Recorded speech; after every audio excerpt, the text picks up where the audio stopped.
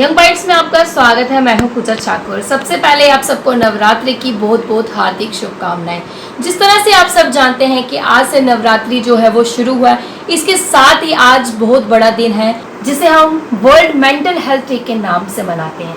जी sir, इस समय हमारे साथ मौजूद है डॉक्टर विनोद धर, उनसे जानते हैं। जी सर, आपका बहुत बहुत स्वागत है यंग बाइट्स में। जी सर, जिस तरह से आज पूरे वर्ल्ड में मेंटल हेल्थ डे मनाया जा रहा है, इसको लेके सबसे पहले ये जानेंगे इसकी शुरुआत कब हुई थी? इसकी शुरुआत WHO ने की है जी। और ये अराउंड 90 में शुरू हुआ। मेन एम ये था कि उस टाइम सिर्फ इंडिया की बात नहीं है, पूरे वर्ल्ड में ही मेंटल हेल्थ को लेके टैबूज हैं। लोग एक्सेप्ट नहीं करते इस वाली इलनेस को। तो अवेयरनेस फैलाने के लिए और उनको बताने के लिए, ताकि जल्दी से हेल्प हो सके, डायग्नोसिस हो सके, ट्रीटमेंट हो सके। अदरवाइज जैसे क्रॉनिसिटी में इलाज चली जाती है तो डिफ़िकल्टीज बहुत बढ़ जाती हैं लाइफ की और प्रोडक्टिविटी आदमी की कम हो जाती है। उस सब के बारे में बताने के लिए ये वाला डे रखा गया है और ज़्यादातर अवेयरनेस कैंप्स मनाए जाते हैं इस पर। कई बार हफ्ता भी चलता है, कुछ लोग महीना भी मनाते हैं, बट बेसिकली एम है कि अवेयरनेस हो जाए अबाउट मेंटल इलनेस। जिस तरह से हम फिजिकल हेल्थ की बात करते हैं, वैसे ही मेंटली हेल्थी होना भी बहुत ज़्यादा ज़रूरी है। तो इसके लिए अवेयर कैसे करते हैं आप? लेकिन अभी जैसे है कि हेल्थ को लेके डेफिनेशन दो पार्ट्स हैं, एक फिजिकल हेल्थ है, एक मेंटल हेल्थ है। फिजिकल इलनेस को लेके सब अवेयर है, सबको पता है कुछ हो रहा है, खांसी है या दिल में कुछ हो रहा है, पेट में कुछ हो रहा है, किसके पास जाना है, कहाँ अटेंड करना है। और इवन जो फैमिली मेम्बर्स हैं या फ्रेंड्स हैं वो हेल्प भी करते हैं उसके लिए और उसके लिए कंसर्न हो जाते हैं। लेकिन अगर कोई बोलता है मुझे डिप्रेशन है, मुझे कोई एंग्जाइटी है, तो उसमें उसको केयर नहीं मिलती। वो ज़्यादातर एक लो एस्टीम से उसको देखने लगते हैं, अरे तुझे क्या डिप्रेशन हो गया, ठीक है, तू क्या पागल हो रहा है। और एक बात और, अगर इलनेस आ भी गई है सामने तो एक्सेप्ट करना फैमिली को और पेशेंट को बड़ा मुश्किल। जब फिजिकल हेल्थ की बात होती है, हमें छोटी सी खांसी भी हो जाती है, हम डॉक्टर के पास चल जाते हैं। लेकिन जब जितना हमारे लिए फिजिकल हेल्थ है, उसी के साथ साथ मेंटल हेल्थ की भी बहुत ज़्यादा ज़रूरत रहती है, तो उसको लोग नेग्लेक्ट करते हैं। उसको लोग नेग्लेक्ट करते हैं, समझ नहीं पाते। और कई बार ये भी देखा फैमिली में, उनको पता नहीं लग रहा था कि ये मेंटल इलनेस में है। वो अगर जाते भी हैं जनरल फिजिशियन के पास जाएंगे, वो पहले तो जो मुँह में फांडा करने ज़रूर जाते हैं, तो वहाँ से आने के बाद फिजिशियन के पास जाएंगे, लेकिन कभी वो रेफर भी नहीं होते और कभी उनको खुद भी समझ नहीं आता कि हमें कहाँ जाना चाहिए। वो एक जो तो इसकी जैसे आप अवेयरनेस करते हैं, लोगों को अवेयर करते हैं इस चीज़ को लेके, तो इसके सिम्टम्स क्या होते हैं? हम कैसे पहचान सकते हैं कि लोग जो भी मेंटली जिसको कोई प्रॉब्लम है वो फिट नहीं है, मेंटली फिट नहीं है? मेंटल फिटनेस बेसिकली जो मेंटल मैकेनिज्म है हमारा, वो हमारा बिहेवियर दिखाता है। वो हमारे थॉट्स को हैंडल करता है, हमारे इमोशंस को हैंडल करता है। सो अगर थॉट्स में डिफ़िकल्टी आ रही है, उसके बिहेवियर में, और हमें कैसे पता लगेगा? वो उसके बिहेवियर से डिफरेंस लगेगा। जो पहले वो 15 दिन पहले का बिहेवियर था, वो चेंज होना शुरू हो जाता है, नींद आनी कम होने लगती है। उसके बाद इमोशंस, रिएक्शन, उसके थॉट प्रोसेस, उसकी स्पीच, उसकी ये सब बातें बदल जाती हैं। ठीक है, वो सपोज कहता है कि सब मेरे दुश्मन हैं। कई बार बच्चा बीमार है तो उसको लगता है कि मेरी माँ मुझे पॉइजन कर रही है। ठीक है, उसको लगता है पड़ोसी मेरे खिलाफ बात कर रहे हैं। डिप्रेशन में है तो वो मरने की बात करता है, लेकिन उसके क्लोजिंग उसके ऊपर टाल देते हैं या उसको मजाक करने लगते हैं। पर बेसिकली अगर कोई पेशेंट कह रहा है कि यार मेरा मरने का मन कर रहा है, इसका मतलब है ही इज सीकिंग हेल्प, कि मुझे कोई बचाओ, क्योंकि ब्रेन डिजाइन नहीं है फॉर सेल्फ डिस्ट्रक्शन, वो सर्वाइवल इंस्टिंक्ट के साथ बना हुआ है। काजेस क्या होती हैं?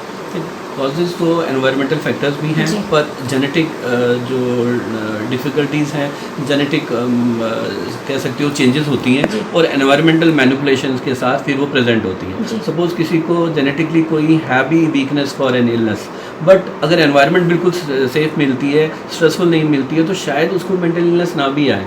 लेकिन कई बार एनवायरनमेंट इतनी ख़राब होती है या लाइफ इवेंट बड़ा इंपॉर्टेंट हो जाता है, कोई सडन डेथ हो जाती है फैमिली में, कभी एक्सीडेंट हो जाता है या घर का कोई डिस्ट्रक्शन हो जाता है, कोई मेजर इवेंट होता है लाइफ का जो लाइफ थ्रेटनिंग भी होता है, और जब वैसे ही कोई सिचुएशन आती है, उसमें उस स्ट्रेस को वो आदमी बर्दाश्त नहीं कर सकता, he has a weakness for that. ठीक है, वो जो वीकनेस आने लगती है, दैट प्रेजेंट्स एज इलनेस। जिससे आपने स्ट्रेस की बात की, आज के टाइम पे छोटे बच्चे की अगर बात की जाए, बड़े की बात की जाए, हर कोई स्ट्रेस से ग्रस्त है, तो इससे कैसे बचाव किया जाए? अभी एक्चुअली इस साल WHO की जो थीम थी वो थी ऑन यंग एडल्ट्स, तो उसमें एडोलसेंट्स और अर्ली एडल्ट्स जो हैं उनके ऊपर फोकस किया गया है। अब जो एडोलसेंट एज ग्रुप है, कभी माँ बाप से बात करो कहेंगे अरे बच्चे हैं, इनको क्या टेंशन है, पर जैसे एडोलसेंट एज ग्रुप हैं जो ये अभी पढ़ाइयाँ कर रहे हैं, तो इनमें देखा जाए उनको पढ़ाई को लेके स्ट्रेस है, उनको कैरियर को लेके स्ट्रेस है, उनको फ्यूचर जॉब के लिए स्ट्रेस है, जो जॉब में है उनको जॉब का स्ट्रेस है, और जो चेंजिंग वर्ल्ड है, जैसे आजकल सोशल मीडिया बहुत जी। ज़्यादा है और उसमें कई बार गलत साइट्स भी हैं बहुत ज़्यादा, जी। उसके अंडर इन्फ्लुएंस में आ जाते हैं, ड्रग्स के इन्फ्लुएंस में आ जाते हैं। सो जब ये सारी चीज़ें चल रही होती हैं और जो ग्रोइंग एडल्ट है जैसे एडोलसेंट है, उसके अंदर अभी बॉडी चेंज हो रही जी, होती है, जी। Still growing.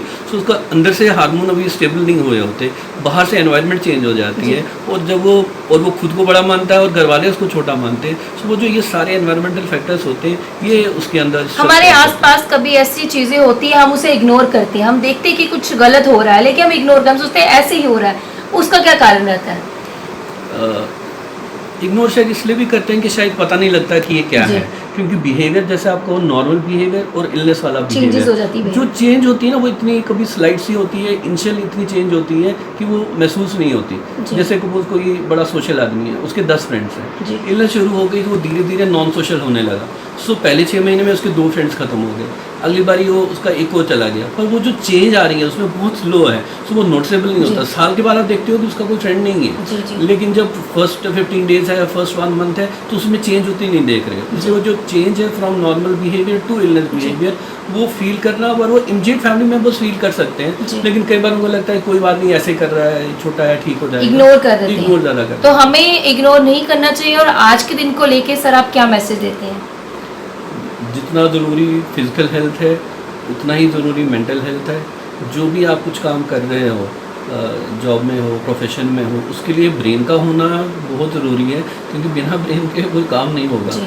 और आपकी जब एंजाइटी है, डिप्रेशन है या मेंटल इलनेस है, वो आपकी प्रोडक्टिविटी कम कर देता है। आपकी अगर कैपेसिटी है भी 100 की, डिप्रेशन में वो 40-50% पे आएगी, मेंटल इलनेस में शायद वो 0 ही हो जाए। जी। सो आपकी प्रोडक्टिविटी, आपकी फ्यूचर, आपका कैरियर, आपका फैमिली केयर सब इन्फ्लुएंस हो सकता है। और मेंटल इलनेस में खाली उस पेशेंट को नहीं परेशानी होती, पूरी फैमिली को परेशानी हो जाती है, और उसका बर्डन फिर सोसाइटी पे चला जाता है। Sir thank you so much हमारे साथ जुड़ने के लिए और अपना कीमती वक्त देने Thank के लिए। you. तो ये थे हमारे साथ डॉक्टर विनोद दत्त। इनका ये कहना जितना फिजिकल हेल्थी रहना ज़रूरी है उतना मेंटली हेल्थी रहना भी ज़रूरी है, और ये आप पे ही डिपेंड है आप उसे कैसे लेते हैं। अगर आपके आगे पीछे कोई गलत गतिविधियाँ होती हैं तो उसे इग्नोर मत कीजिए, उसे कंसल्ट कीजिए।